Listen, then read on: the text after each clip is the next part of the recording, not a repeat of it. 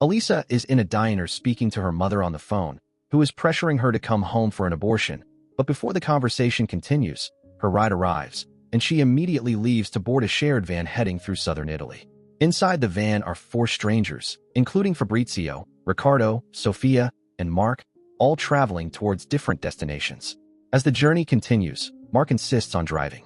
The group allows it, but later that night, while everyone is asleep, Mark and Fabrizio notice something on the road ahead. In panic, Fabrizio grabs the wheel, causing the van to crash straight into a tree.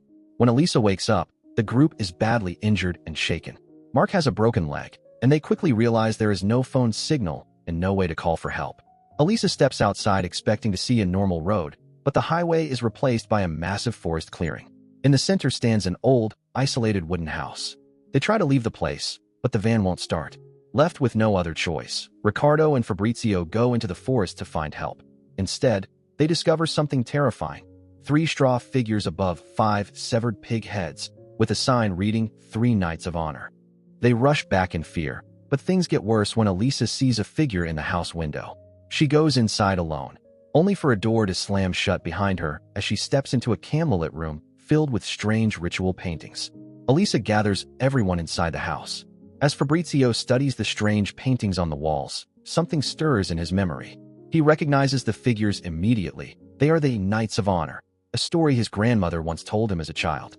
The 3 names echo in his mind: Osso, Mastrasso, and Carcanasso. According to the old, dark legend, these 3 entities once approached a starving village offering salvation. In exchange for food, protection, and prosperity, the village was forced into a horrifying pact: human sacrifices. The entities were said to take their victims' senses, cutting out their tongues, eyes, and ears as part of a brutal ritual, leaving behind only suffering and silence. As this realization sinks in, night falls abruptly over the clearing, swallowing everything in pitch darkness. Deeply unsettled, the group decides to lock themselves inside the van, convincing themselves that staying together is their only chance of survival. But the calm does not last. Fabrizio steps outside briefly to relieve himself, breaking their fragile sense of safety. Inside the van, tension builds in silence, until suddenly, a scream echoes from the direction of the house's attic. Without hesitation, Elisa and Sofia rush inside to investigate, while Riccardo stays behind with Mark. At the same time, Fabrizio, now alone in the woods, freezes as he notices 2 masked figures standing in the distance, silently watching him. Instinct takes over, and he runs straight back towards the van in panic.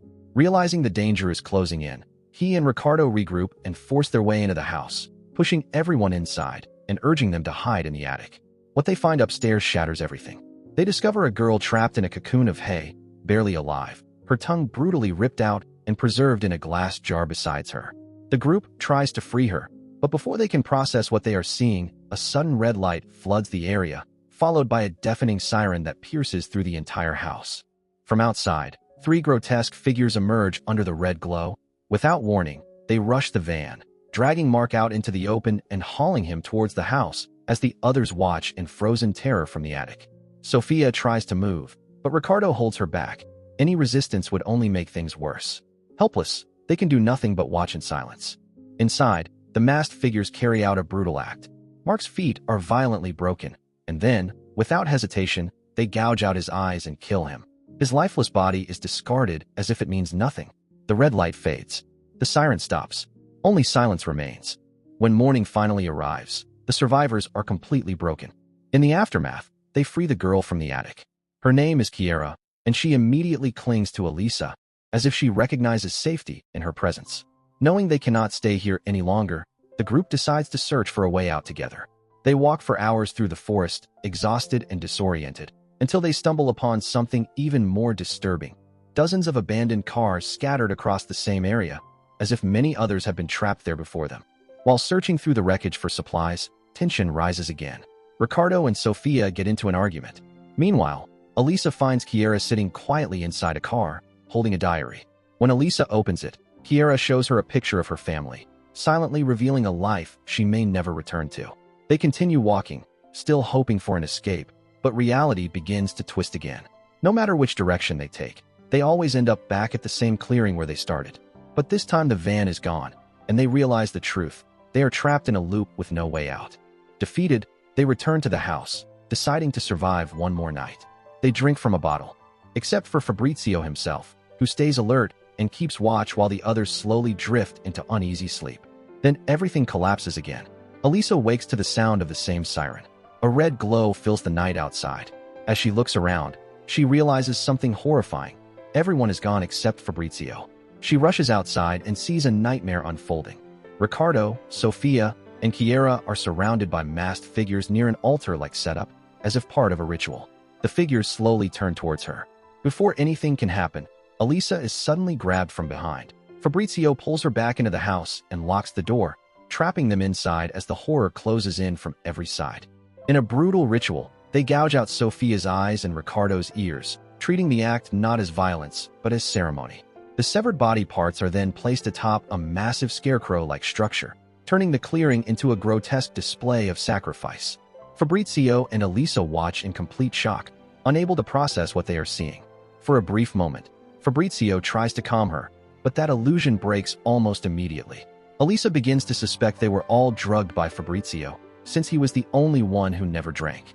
She remembers never waking up when the others were taken, as if her body had been deliberately kept unconscious. Then she notices something. Fabrizio is wearing an earpiece. She grabs it and hears a woman giving him instructions. The truth begins to surface. Fabrizio, frustrated, admits that things are going off plan and orders Elisa to be taken. Immediately, a masked man storms in and drags her away. When Elisa wakes up again, it is morning, but nothing feels normal. She is seated at the head of a long outdoor dining table, her hands brutally nailed into the armrests of a wheelchair, completely immobilized. Around her sit local villagers calmly eating a large ceremonial feast as if nothing were wrong. A disfigured boy sings a haunting song about the legendary Three Nights.